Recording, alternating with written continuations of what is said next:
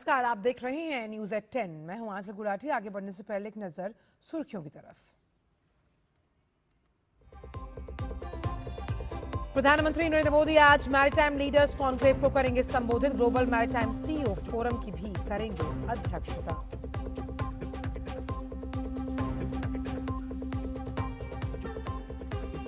धीरे धीरे कमजोर पड़ा चक्रवात मोंथा। आने वाले 6 घंटे में कमजोर होकर गहरे दबाव के क्षेत्र में तब्दील होने की संभावना।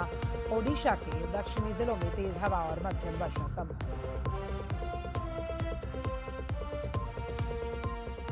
बिहार में चुनाव प्रचार चरम पर। अमित शाह, राजनाथ सिंह, योगी आदित्यनाथ और नीतीश कुमार की ताबड़तोड़ रैलियां। वहीं राहुल गांधी और तेजस्वी यादव भी आज करेंगे संयुक्त जनसभा।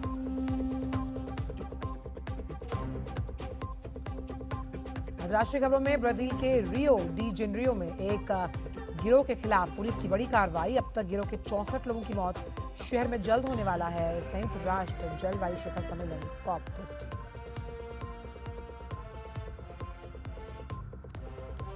और कैनबरा में आज भारत और ऑस्ट्रेलिया के बीच 5 मैचों की T20 सीरीज का पहला मुकाबला। वनडे सीरीज में हार के बाद वापसी के लिए टीम इंडिया के हौसले बुलंद।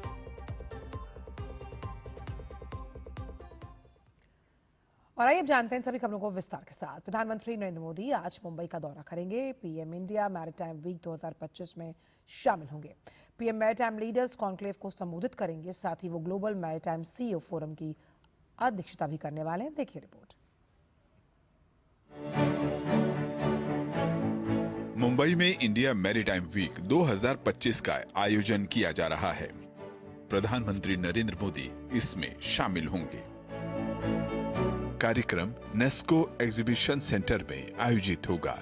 इंडिया मैरीटाइम वीक 2025 वैश्विक समुद्री पारिस्थितिक तंत्र के भविष्य पर विचार विमर्श करने के लिए सभी हितधारकों को एक साथ लाता है।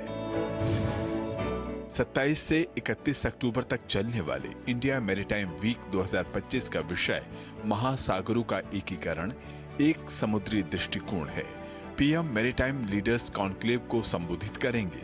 साथ ही ग्लोबल मैरीटाइम सीईओ फोरम की अध्यक्षता करेंगे। इस कार्यक्रम में प्रधानमंत्री नरेंद्र मोदी की भागीदारी भारत की समुद्री अमृतकाल विजन 2047 के प्रति प्रतिबद्धता को दर्शाती है, जिसका उद्देश्य भारत को दुनिया के अग्रणी समुद्री शक्तियों में शामिल करना है। इस कार्यक्रम में 85 से अधिक देशों की भागीदारी, 1 लाख से अधिक प्रतिनिधि और 350 से अधिक अंतर्राष्ट्रीय वक्ता शामिल होंगे। इंडिया मैरीटाइम वीक नीति, व्यापार, तकनीक और लोगों को एक साथ एक मंच पर लाती है ताकि समुद्री अर्थव्यवस्था का भविष्य तय किया जा सके। प्रधानमंत्री नरेंद्र मोदी की उपस्थिति उनके समुद्री क्षेत्र के विकास और मैरीटाइम अमृतकाल विजन 2047 की प्रतिबद्धता को दर्शाती है। कैमरा पर्सन कपिल मस्की के साथ श्यामा मिश्रा, डीडी न्यूज, मुंबई। राष्ट्रपति द्रौपदी मुर्मू इस वक्त हरियाणा के दौरे पर हैं। अंबाला एयरफोर्स स्टेशन पर राष्ट्रपति मुर्मू को गार्ड ऑफ ऑनर दिया गया और इसके साथ ही राष्ट्रपति आज राफेल में भी कुछ ही देर में उड़ान भरने वाली हैं। ये किसी फाइटर जेट की उनकी दूसरी उड़ान होगी। इससे पहले 8 अप्रैल 2023 को राष्ट्रपति ने असम के तेजपुर वायुसेना केंद्र पर सुखोई 30 MKI लड़ाकू विमान में उड़ान भरी थी। तो हरियाणा के अंबाला के दौरे पर हैं। कुछ ही देर में राफेल फाइटर जेट में उड़ान भरेंगी। और इसके साथ साथ जैसे कि हम जानते हैं कि राष्ट्रपति द्रौपदी मुर्मू भारतीय सशस्त्र बलों की सर्वोच्च कमांडर हैं। ये उड़ान भारत की बढ़ती रक्षा जो तमाम क्षमताएं हैं उन्हें प्रदर्शित करेगी। तो 29 अक्टूबर 2025 हरियाणा का जो अंबाला एयरफोर्स स्टेशन है उसके लिए खास ऐतिहासिक पल रहेगा, जब राष्ट्रपति Droupadi Murmu Rafale fighter jet में उड़ान भरने वाली दूसरी महिला राष्ट्रपति बनेगी। तो अभी हाल ही में हमने देखा इन तस्वीरों के माध्यम से कि राष्ट्रपति द्रौपदी मुर्मू को गार्ड ऑफ ऑनर दिया गया और खबर से जुड़े तमाम अपडेट्स जो हैं हम आपके साथ लगातार साझा करेंगे, लेकिन उससे पहले देखते हैं कि छठ महापर्व की समाप्ति के बाद बिहार में चुनावी सरगर्मियां किस तरह से तेज हो रही हैं।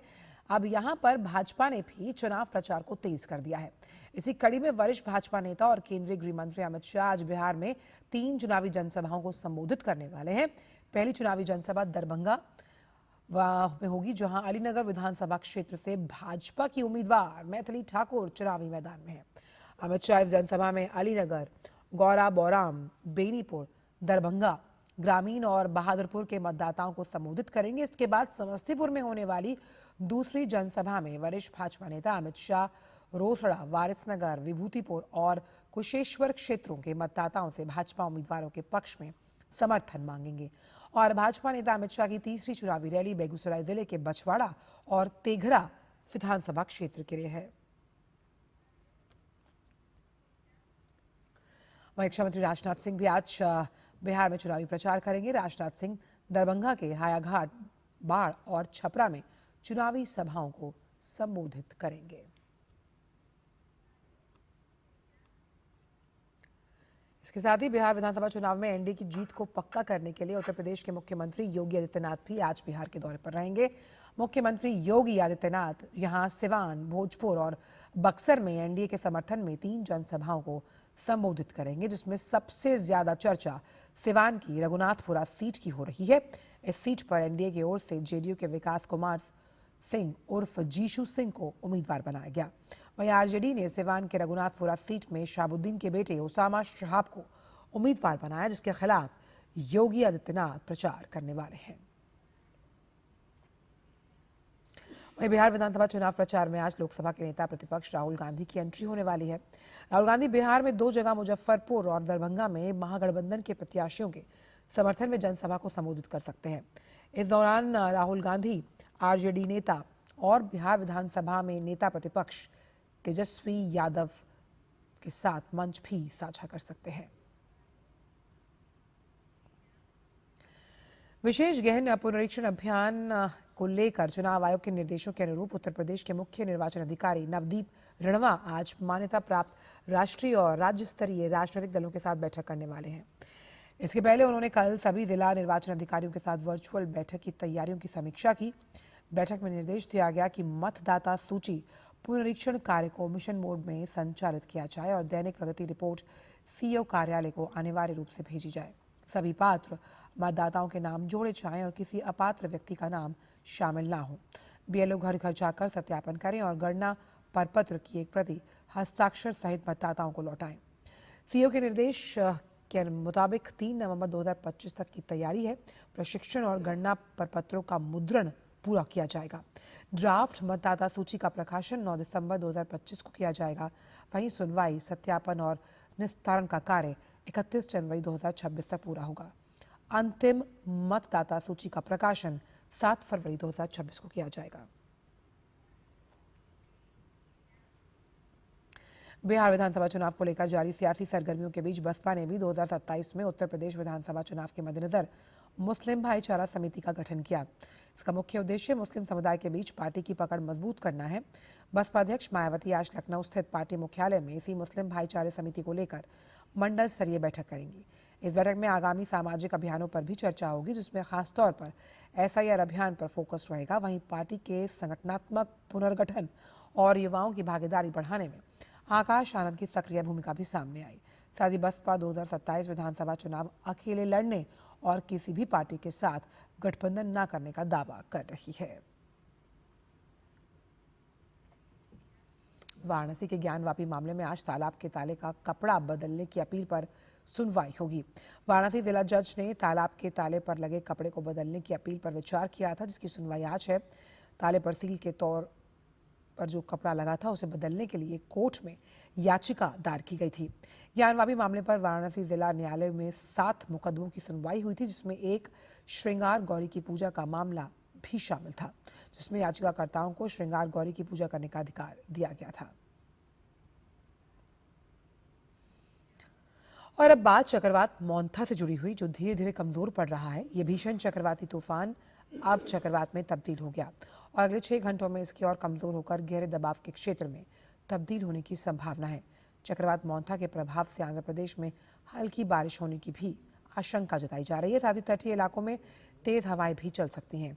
श्रीकाकुलम, विजयनगरम, पार्वतीपुरम, मान्यम, अल्लूरी सीतारामराजू, विशाखापट्टनम, अनकापल्ली, गुंटूर और पालनाडु जिलों में कुछ स्थानों पर भारी बारिश हो सकती है। अधिकारियों ने लोगों से सतर्क रहने के लिए कहा है। देश में मत्स्य उत्पादन बढ़ाने और मछुआरा समुदाय की आय में बेहतरी लाने के लिए सहकारिता मंत्रालय लगातार कदम उठा रहा है। सहकारी समितियों के जरिए मत्स्य उत्पादन, भंडारण और विपणन को संगठित करने पर जोर भी दिया जा रहा है। इस क्षेत्र में और कौन कौन से कदम उठाए जा रहे हैं, बता रहे हैं हमारे सहयोगी शमी अख्तर। भारत में मछली पालन सिर्फ आजीविका का साधन नहीं बल्कि ग्रामीण अर्थव्यवस्था की रीढ़ भी बनता जा रहा है। इस दिशा में सहकारिता मंत्रालय की भागीदारी ने नई ऊर्जा भर दी है। सहकारी समितियों के जरिए मत्स्य उत्पादन, भंडारण और विपणन को संगठित करने पर जोर दिया जा रहा है। प्रधानमंत्री मत्स्य संपदा योजना के तहत अब तक लाखों मछुआरों को आधुनिक सुविधाओं से जोड़ा जा चुका है। मत्स्य पालन के लिए केंद्र सरकार के ढेर सारे कार्यक्रमों का ही नतीजा है कि जहां 2014-15 में भारत का कुल मत्स्य संपदा का उत्पादन 102 लाख टन था, वो आज बढ़कर 195 लाख टन तक पहुंच गया है। घरेलू उत्पादन 67 लाख टन था, जो अब 147 लाख टन हो गया है। मीठे पानी में मत्स्य पालन 119% की बढ़ोतरी के साथ 67 लाख टन से 147 लाख टन हो गया है, जबकि समुद्री उत्पादन 35 लाख टन से बढ़कर 48 लाख टन हो गया है। मछुआरों की सहायता के लिए सहकारिता मंत्रालय की इसी भागीदारी को बढ़ाते हुए केंद्रीय सहकारिता मंत्री अमित शाह ने मुंबई में प्रधानमंत्री मत्स्य संपदा योजना के अंतर्गत गहन सागरीय मत्स्य नौकाओं का लोकार्पण किया और मछुआरों को मछली पकड़ने के ट्रॉलर्स दिए। ये ट्रॉलर 25 दिन तक गहरे समुद्र में रह सकेंगे और 20 टन तक मछलियां ढो सकेंगे। इस अवसर पर उन्होंने कहा कि मत्स्य क्षेत्र में सहकारिता गरीब मछुआरों की समृद्धि का माध्यम बनेगी और इससे आने वाले दिनों में भारत की मत्स्य संपदा संभावनाओं का दोहन करने की क्षमता भी बढ़ेगी। उन्होंने कहा कि चाहे दूध उत्पादन हो, चीनी उद्योग हो या मत्स्य पालन क्षेत्र, मजदूर वर्ग और गरीबों को लाभ सीधे पहुंचाने का एकमात्र तरीका सहकारिता ही है। सहकारिता मत्स्य पालन में भी हमारे मत्स्य पालन करने वाले सभी भाइयों बहनों के जीवन का आधार बने, इस दिशा में हम आगे बढ़ रहे हैं। ये ट्रॉलर में जो मच्छीमारी करेगा उसका पूरा मुनाफा कोऑपरेटिव बेसिस पर हर मच्छीमार के घर में पहुंचेगा। ये बहुत बड़ी बात। सहकारिता के माध्यम से मत्स्य पालन क्षेत्र में पारदर्शिता, संसाधनों की समान पहुंच और किसानों की आमदनी बढ़ाने का काम किया जा रहा है। यह सहकारिता ही की ताकत है कि जिससे मत्स्य क्षेत्र में विकास की नई लहर उठ रही है। विशेषज्ञ बताते हैं कि आने वाले वर्षों में इसका असर देश की अर्थव्यवस्था और ग्रामीण रोजगार दोनों पर साफ दिखाई पड़ेगा। Shamim Akhtar, DD news.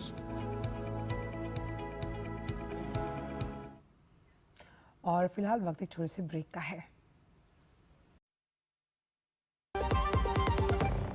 अब आया असली स्वाद। अब आया स्वाद। जब स्वाद के पड़े हो लाले तो MDH का चंकी चाट मसाला डालें। MDH का चंकी चाट मसाला।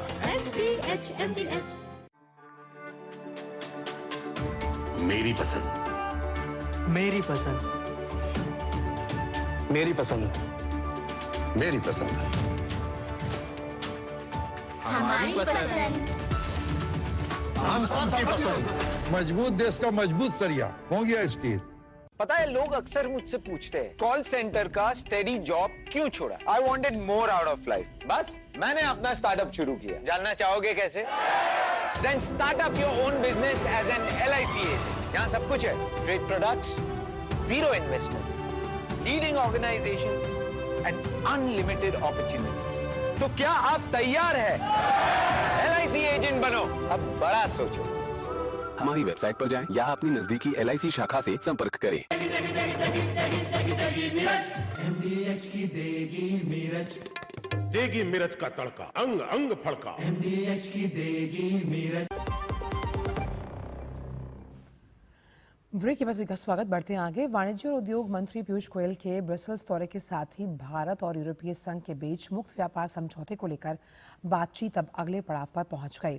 केंद्रीय मंत्री ने यूरोपीय संघ के व्यापार और आर्थिक सुरक्षा आयुक्त मारोस सेफकोविक से मुलाकात की और व्यापक भारत यूरोपीय संघ मुक्त व्यापार समझौते को आगे बढ़ाने के संबंध में विस्तृत चर्चा की है। बैठक के बाद पीयूष गोयल ने बताया कि भारत और यूरोपीय संघ के बीच व्यापार समझौते को लेकर लंबित मुद्दे अब काफी हद तक सुलझ चुके हैं। I believe the ongoing India-EU FTA negotiations has given us an opportunity to really create the framework which will help us in the long run bring our two economies closer together, integrate them into a relationship which will be a win-win for European Union and for India. भारतीय वायुसेना 2 नवंबर को Senkho if marathon 2025 SIM 2025 का आयोजन करने जा रही है, जिसमें हाफ मैराथन 10 किलोमीटर और 5 किलोमीटर की दौड़ शामिल होगी। ये आयोजन फिटनेस, देशभक्ति और राष्ट्रीय गौरव को एक साथ जोड़ने वाला प्रतीक होगा। मुख्य कार्यक्रम का शुभारंभ नई दिल्ली के जवाहरलाल नेहरू स्टेडियम से किया जाएगा और देश भर के 60 वायुसेना स्टेशन पर एक साथ आयोजन किया जाएगा। ये marathon flying officer Nirmaljit Singh Sekhon को समर्पित है, जिन्होंने 1971 के भारत पाकिस्तान युद्ध में असाधारण वीरता का परिचय दिया था और उन्हें भारत के सर्वोच्च वीरता पुरस्कार परमवीर चक्र से सम्मानित किया गया। SIM 2025 भारतीय वायुसेना के मूल्यों, साहस, अनुशासन और एकता का प्रतीक है। इसका उद्देश्य नागरिकों को फिटनेस, मानसिक दृढ़ता की संस्कृति अपनाने के लिए प्रेरित करना है और इस बार का थीम है रन विद द प्राइड, सोर विद स्पिरिट। इसे केवल एक खेल आयोजन के रूप में नहीं बल्कि वायु योद्धाओं की अदम्य भावना और राष्ट्र के स्वास्थ्य और शक्ति के प्रति प्रतिबद्धता का उत्सव मनाने वाले एक आंदोलन के रूप में देखा जा रहा है। भारतीय तटरक्षक बल ने अरब सागर के मध्य एक बड़ा बचाव अभियान चलाकर कोच्चि से लगभग 1500 किलोमीटर पश्चिम स्थित ईरानी फिशिंग नौका अल ओवेस से एक गंभीर रूप से घायल मछुआरे को सफलतापूर्वक चिकित्सा सहायता देकर सुरक्षित बाहर निकाला। यह अभियान तब शुरू हुआ जब समुद्री बचाव समन्वय केंद्र मुंबई को MRCC चाबहार ईरान से ईरानी मछली पकड़ने वाले नौका अल ओवेस में एक चिकित्सा आपात स्थिति और इंजन की खराबी के बारे में सूचना मिली। नौका में चालक दल के 5 सदस्य थे। दरअसल ईंधन ट्रांसफर के दौरान विस्फोट से नौका का मास्टर अल्लाह बख्श गंभीर रूप से घायल हो गया था, जिसके बाद तत्काल प्रतिक्रिया देते हुए MRCC मुंबई ने अंतर्राष्ट्रीय सुरक्षा नेटवर्क सक्रिय किया और तटरक्षक पोत सचेत को सहायता के लिए निर्देशित किया। साथ ही पास से गुजरे व्यापारी जहाज MT STI ग्रेस को भी मदद के लिए मोड़ा गया। दोनों जहाज़ों ने समन्वित प्रयास करते हुए घायल मछुआरे को सुरक्षित रूप से ट्रांसफर किया और प्राथमिक उपचार प्रदान किया। फिलहाल मछुआरे की हालत स्थिर बताई जा रही है। पोत सचेत उसके आगे के इलाज के लिए गोवा की ओर बढ़ रहा है। केंद्रीय मंत्री जितेंद्र सिंह ने स्वच्छता अभियान 5.0 को लेकर जानकारी दी। केंद्रीय मंत्री ने एक्स पर कुछ तस्वीरें साझा करते हुए कहा कि 2 से 31 अक्टूबर तक चलने वाले अभियान में पहले 3 सप्ताह के आंकड़े बताते हैं कि अब तक के स्क्रैप के निपटान से 387 करोड़ रुपए की कमाई हो चुकी है। उन्होंने कहा कि 4 सप्ताह के अभियान के समाप्त होने तक ये आंकड़ा लगभग 8 से 10 हज़ार करोड़ रुपए तक पहुंचने की संभावना है। इसके अलावा अब तक 148 लाख वर्ग फुट से अधिक जगह को मुक्त करवाया जा चुका है। जितेंद्र सिंह ने कहा कि अब शिष्य से धन इस साल के विशेष स्वच्छता अभियान का अगला पड़ाव है। मंत्रालयों और राज्य सरकारों को सर्वोत्तम प्रथाओं को अपनाने और साझा करने की सलाह दी गई है। दिल्ली में चेक एम्बेसी में चेक गणराज्य का राष्ट्रीय दिवस समारोह मनाया गया। विदेश मंत्रालय के CPV और IOA के सचिव अरुण कुमार चटर्जी ने चेक गणराज्य के राष्ट्रीय दिवस समारोह में मुख्य अतिथि के रूप में शिरकत की। इस दौरान उन्होंने नवाचार, ऐतिहासिक, सांस्कृतिक और शैक्षणिक संबंधों, रक्षा विज्ञान, प्रौद्योगिकी, पर्यटन, व्यापार पर केंद्रित दोनों देशों की साझेदारी पर बात की है। खबर ब्राजील से, जहां के रियो डी जेनेरियो में अब तक का सबसे घातक पुलिस ऑपरेशन हुआ, जिसमें करीब 64 लोगों की मौत हुई है। मरने वालों में 4 पुलिस अधिकारी शामिल हैं। ये ब्राजील के इतिहास का सबसे बड़ा एनकाउंटर माना जा रहा है। पुलिस ने ऑपरेशन कंटेनमेंट नाम से इस कार्रवाई को अंजाम दिया। ये 1 साल लंबी खुफिया जांच के बाद शुरू किया गया। कार्रवाई सुबह सुबह रियो की निचली बस्तियों में शुरू की गई, जहां गिरोह का मुख्य ठिकाना था। लगभग 25,000 सिविल और मिलिट्री पुलिसकर्मी इस ऑपरेशन में शामिल हुए। पुलिस ने कार्रवाई के दौरान 200 किलोग्राम से अधिक नशीले पदार्थ और कई हथियार जब्त किए। इस कार्रवाई में 80 से ज्यादा संदिग्धों को गिरफ्तार किया गया। अपराधियों ने जवाबी कार्रवाई में ड्रोन से बम गिराए, सड़कों पर बैरिकेड्स में आग लगा दी और फायरिंग की।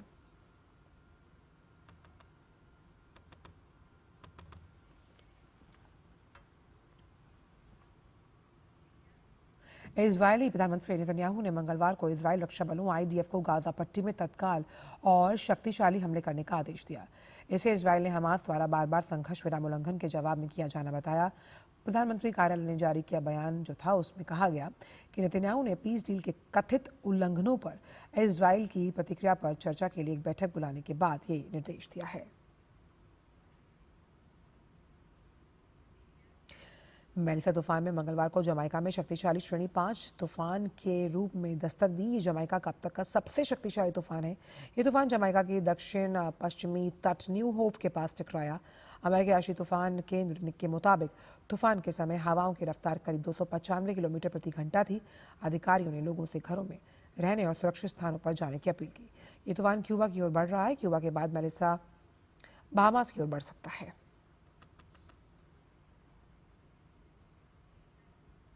ICC महिला क्रिकेट विश्व कप का पहला सेमीफाइनल मुकाबला आज गुवाहाटी में इंग्लैंड और दक्षिण अफ्रीका के बीच खेला जाएगा। इंग्लैंड की टीम 4 बार की विश्व चैंपियन है। इंग्लैंड की टीम इस मुकाबले में आत्मविश्वास के साथ उतरेगी क्योंकि टीम ने गुवाहाटी में ही अपने पहले मैच में दक्षिण अफ्रीका की टीम को 10 विकेट से हरा दिया था। वहीं दक्षिण अफ्रीका की टीम को अगर इंग्लैंड के सामने चुनौती पेश करनी पड़ी तो टीम के बल्लेबाजों को अच्छा प्रदर्शन करना होगा।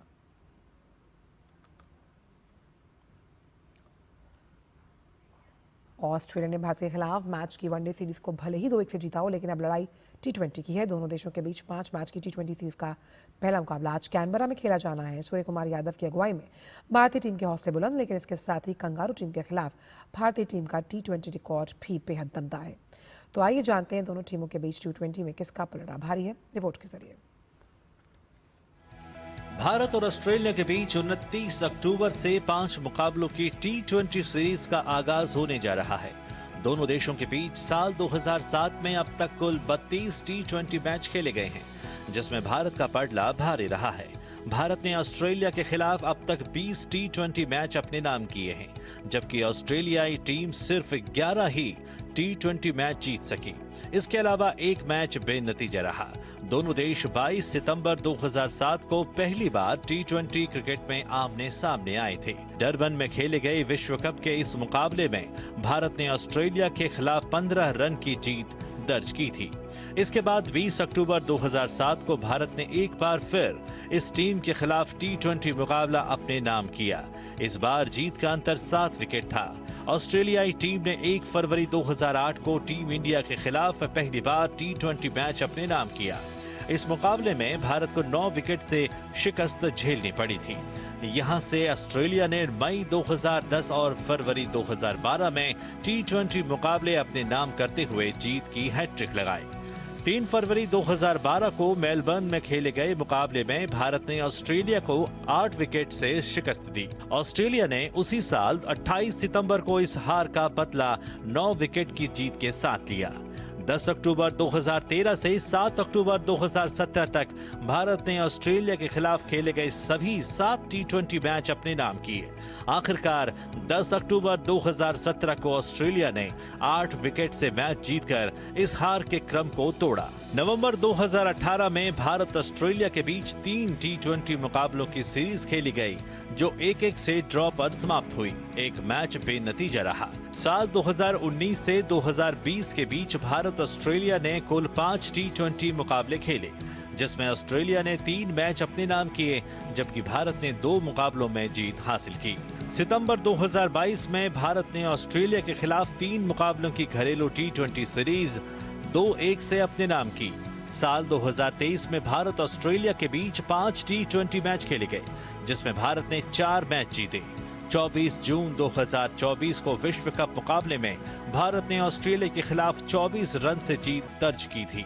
कुल मिलाकर ऑस्ट्रेलिया के खिलाफ भारत का पलड़ा भारी रहा है। अब देखना दिलचस्प होगा कि क्या भारतीय टीम ऑस्ट्रेलिया के खिलाफ 5 मैचों की T20 सीरीज में भी जीत के इतिहास को बरकरार रख पाती है। Sports desk, DD news. समाचारों में इतना ही, दीजिए इजाजत, नमस्कार।